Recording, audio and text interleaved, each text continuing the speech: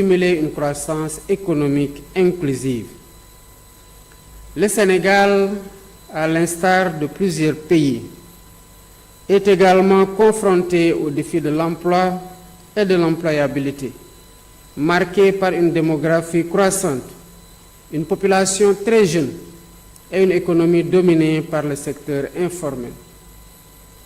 Malgré plusieurs initiatives et programmes en faveur de l'emploi, les résultats obtenus à ce jour sont peu satisfaisants. Les chiffres du dernier recensement de la population et de l'habitat de 2023 indiquent clairement l'ampleur du défi. 75% ont moins de 35 ans. Un taux d'emploi urbain de 44,3%, contre seulement 33,6% en milieu rural. Une disparité préoccupante entre les hommes et les femmes, ces dernières étant particulièrement frappées par le chômage avec un taux de 36,7%.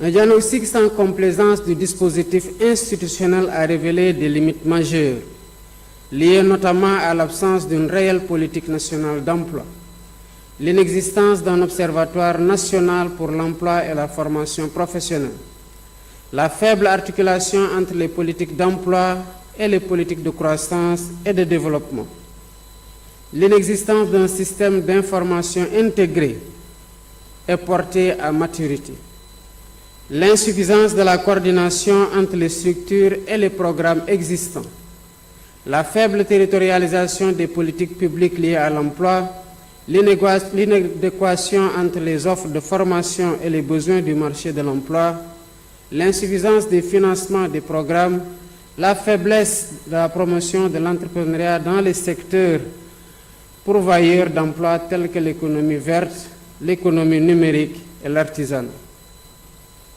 Face à cette urgence, il est impératif d'agir ensemble dans une démarche inclusive et pragmatique, afin d'élaborer une feuille de route ambitieuse, reposant sur un dispositif institutionnel adapté.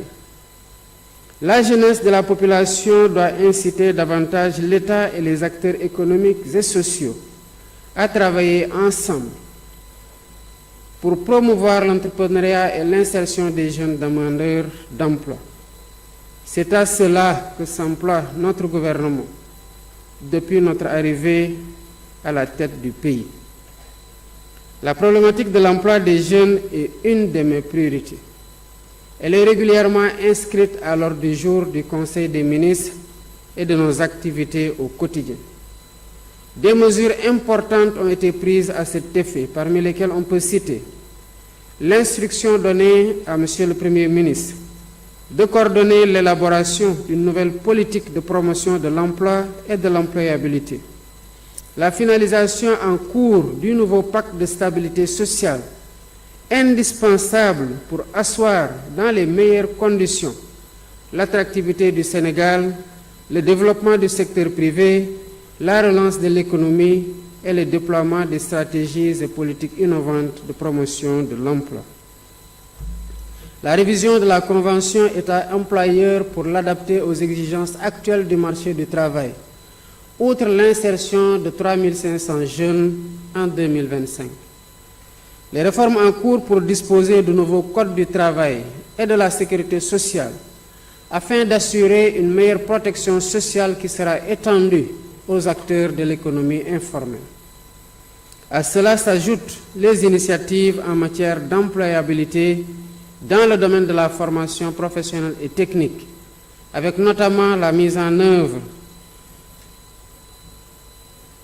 du programme de l'apprentissage de masse, le projet de formation pour l'autonomisation des femmes, le projet de formation des talibés dénommé Dara Atelier, la généralisation de l'internalisation des modules sur l'entrepreneuriat dans les filières de formation et l'insertion des centres d'incubation dans les établissements de formation professionnelle et technique, le renforcement du dispositif innovant d'insertion des jeunes à travers les masterclass et les caravanes de l'insertion et la mise en place d'une plateforme nationale d'insertion professionnelle. Tout cela moulé dans la grande offensive pour la formation professionnelle.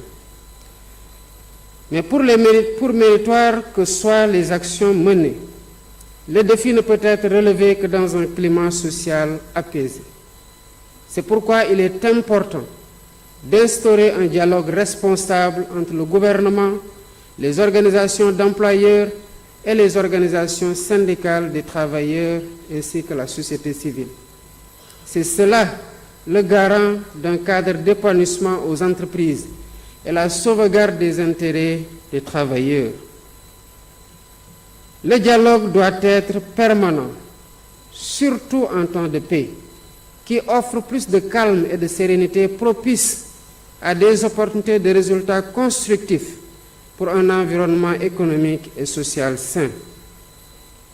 Un climat social apaisé en milieu de travail contribue fondamentalement à l'accroissement de la productivité et de la compétitivité.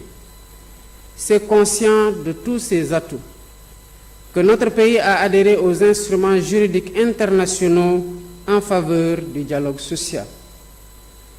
Au niveau national, le dialogue est consacré par la Constitution en ses articles relatifs à la liberté d'association et à la liberté syndicale pour les travailleurs et les employeurs. Il figure aussi dans la loi portant Code du travail. À cela s'ajoute l'institution du Haut Conseil du dialogue social et la conférence sociale qui nous réunit aujourd'hui. À vous, acteurs du monde du travail, soyez assurés que l'État sera à vos côtés pour consolider les cadres de concertation dynamiques. Le gouvernement sera présent partout où c'est nécessaire pour la promotion du travail décent et l'accroissement de la productivité dans l'entreprise. Mesdames, Messieurs, la revue thématique des 6 tables rondes prévues dans le cadre de vos travaux traduit la volonté de faire un état des lieux exhaustif de la situation de l'emploi et de l'employabilité, en abordant les aspects relatifs notamment à la territorialisation de la gouvernance, au financement, à l'entrepreneuriat, à l'innovation et à la migration de la main-d'œuvre.